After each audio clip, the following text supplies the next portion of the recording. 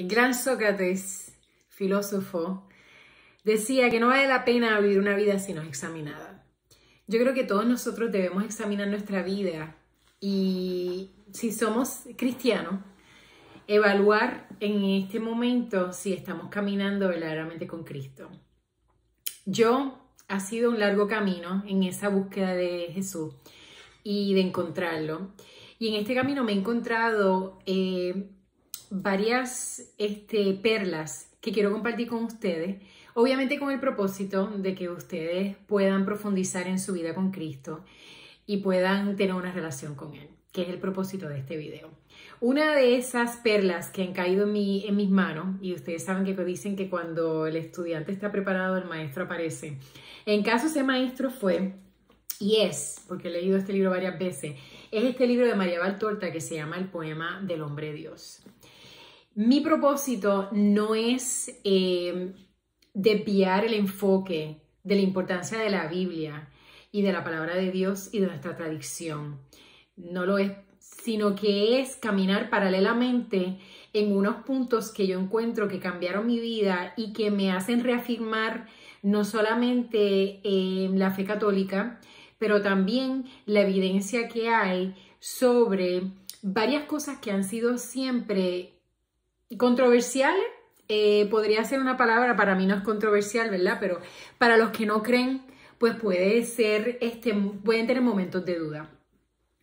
Una de las cosas más importantes es entender de dónde viene la palabra, de dónde viene la Biblia.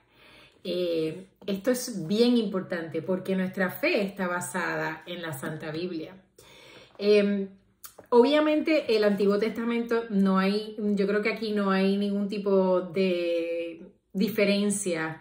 Sabemos de dónde viene. El Nuevo Testamento y lo que representa a Jesús para todos nosotros, que es la salvación, es donde algunas personas pues toman y dejan y quieren incluir algunos libros, no quieren incluir unos libros, porque dice este libro y por qué no dice este libro. Pero yo creo que en algo podemos llegar a un acuerdo. Y es que el libro de Mateo, el Evangelio según San Mateo, es un libro que nadie cuestiona que debe estar en la Biblia. Primero, la base interna, la evidencia interna de que sabemos de que San Mateo o Mateo, como ustedes quieran llamarlo, el Evangelio según Mateo, fue escrito por un discípulo de Cristo. O sea, que tenía conocimiento de quién era Jesús. Inclusive sabemos que Mateo, porque él escribe sobre su conversión. Vamos para atrás. ¿Cómo sabemos que Mateo escribió el Evangelio? Que también hay muchas de personas que siempre ponen en duda quién escribió los Evangelios.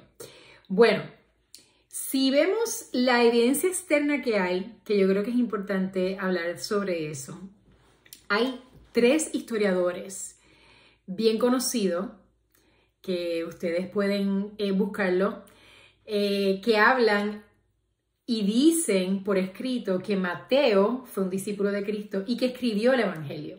O sea, no estamos deduciendo, estamos diciendo que los historiadores, famosos historiadores, 3 de ellos, evidencian que Mateo, San Mateo, escribió el Evangelio y que él fue un discípulo de Cristo. Esas referencias se las voy a dar para el que esté interesado en buscar más allá. El primero se llama Papías, P-A-P-I-A-S. El segundo, Irenaeus. Y el tercero, Pantenaos. Estos nombres de aquellos tiempos se los tengo que dar y probablemente esté matando la pronunciación de ellos, pero me disculpo de antemano. Ok, importante saber que el libro de Mateo se escribió en los 50-60 después de Cristo, 50-60 after Christ, AD. Y la evidencia que aparece de que Mateo escribió, estamos hablando de que Papías lo evidenció en el 60 después de Cristo. El libro es escrito por él. Se sabe que el libro fue escrito en arameo, una edición en arameo, porque era el lenguaje que hablaba Jesús en aquel tiempo y que hablaban los discípulos en ese tiempo. Pero conocemos un poquito más de Mateo. ¿Qué sabemos de Mateo? sabemos de Mateo que era recaudador, esa palabra siempre me ha atrapado, recaudador de impuestos. Por lo tanto, y que era judío, que era recaudador de impuestos. Y al ser recaudador de impuestos, implicamos y entendemos que era una persona que tenía conocimiento de varios lenguajes, entre ellos el arameo, si se podía comunicar con los discípulos, era obviamente discípulo de Cristo, apóstol, se podía comunicar con los judíos, por lo tanto entendemos que hablaba griego, sabemos que hablaba griego y sabemos también que hablaba hebreo, porque era judío. Los judíos en aquel momento también tenían mucho entendimiento de las escrituras, lo que era el Viejo Testamento, lo que es el Torá, de eso no hay ninguna duda, porque cuando leemos Mateo nos damos cuenta de que él siempre está llevando y explicando por qué Jesús es el Salvador. Y siempre lo hace trayendo a relucir las escrituras del Viejo Testamento y las alinea con, obviamente, la palabra, con su escritura, para darles a entender a todos los judíos que el profeta había llegado y que ese profeta y salvador era Jesús. Jesús era el Mesías. Mateo es un personaje bien interesante. Sabemos ahora que fue escrito por el discípulo y sabemos un poco de él. Sabemos de su conversión. Ahora, un dato bien interesante en el libro de María Valtorta que yo leí, que lo encontré bien interesante, que Jesús le dice a ella, cuando Mateo escribe, y la importancia de la escritura de Mateo, él siempre está hablando de los antepasados de Jesucristo, como quiere explicar la genealogía, porque para los judíos era importante saber que iba a ser la generación de David, que era una persona que venía, que estaba escrito, los profetas habían escrito su venida. Y siempre está atando el Antiguo con el Nuevo Testamento. Interesantísimo también, no solamente que habla del nacimiento de Jesucristo, hay varias cositas que siempre nuestros hermanos en la fe han cuestionado de la Iglesia Católica. Y de nuevo, mi intención aquí no es hablar de religión, mi intención es simplemente evidenciar y caminar paralelamente con la palabra y las visiones, porque eso es parte de nuestras creencias y de nuestra fe. Lo importante es siempre discernir y orar y pedir de que estemos en el camino correcto, ¿verdad? Ok, en Mateo, después de que nos habla de los antepasados de Jesucristo, el nacimiento de Jesucristo, la visita de los sabios del Oriente, los 3 Reyes Magos, él habla de la huida a Egipto.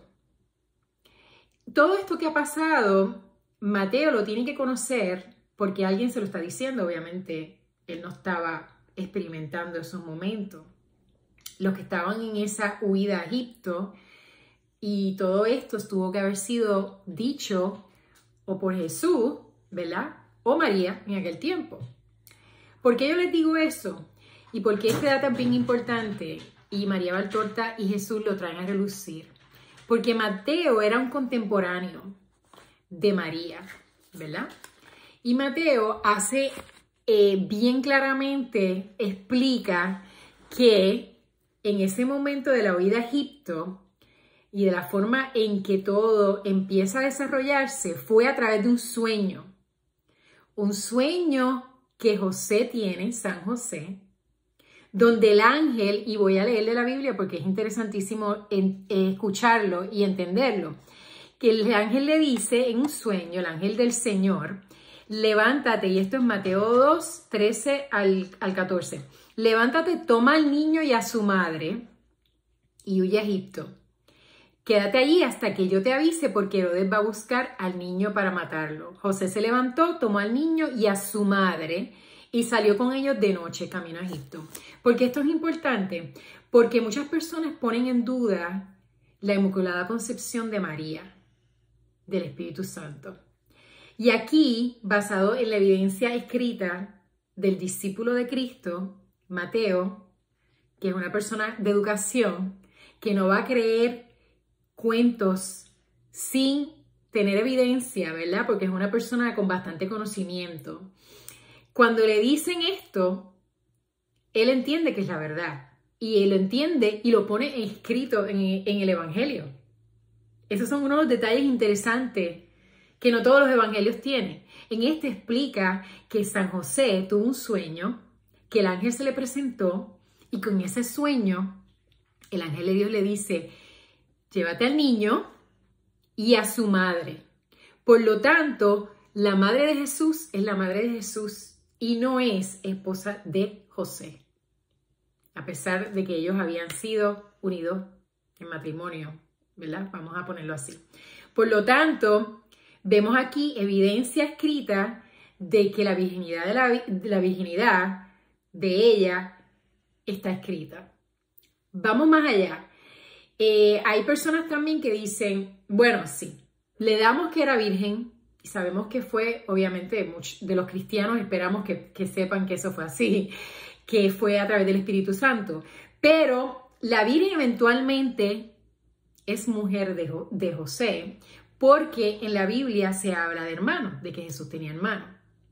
Interesante que Mateo, después de hablar de la huida a Egipto, explica también esto, porque dice, y les voy a leer la Biblia, lo que dice en la Biblia, claramente, que después que murió Herodes, estamos ya en el Mateo 2, en el versículo 19, que después que murió Herodes, y históricamente sabemos que cuando pasa la matanza en Nazaret, en Belén, perdón, de los niños, que está evidenciada en Israel, que era para el año de Herodes, o sea que eso sí pasó, que ellos se van a Egipto, pasa un tiempo y después Herodes muere, pasan cierto tipo de años, o sea que, y es evidenciado en Egipto porque se sabe, inclusive yo tuve la bendición de estar allí en Egipto, en la casa de Jesús, donde Jesús vivió por varios años y después regresa a Israel. Y Mateo nos dice exactamente, después que murió Herodes, un ángel del Señor se le aparece en sueño a Jesús, a José, que sabemos que se le aparece en un sueño, en Egipto, o sea que ellos están en Egipto, y le dijo, levántate, toma contigo al niño y a su madre. Y regresa a Israel porque ya han muerto los que querían matar al niño. Y dice, entonces José se levantó y llevó al niño y a su madre a Israel. ¿Por qué eso es importante? Porque aquí vemos también que ha pasado varios años y que José y Mateo se refieren a María como la madre de Jesús. Y todavía han pasado los años y todavía ella no es esposa de José. Ella sigue siendo la madre de Jesús. No quiero minimizar el impacto de las esposas que han habido en la Biblia y de las mujeres que han habido en la Biblia. Pero la Virgen María fue y sigue siendo virgen.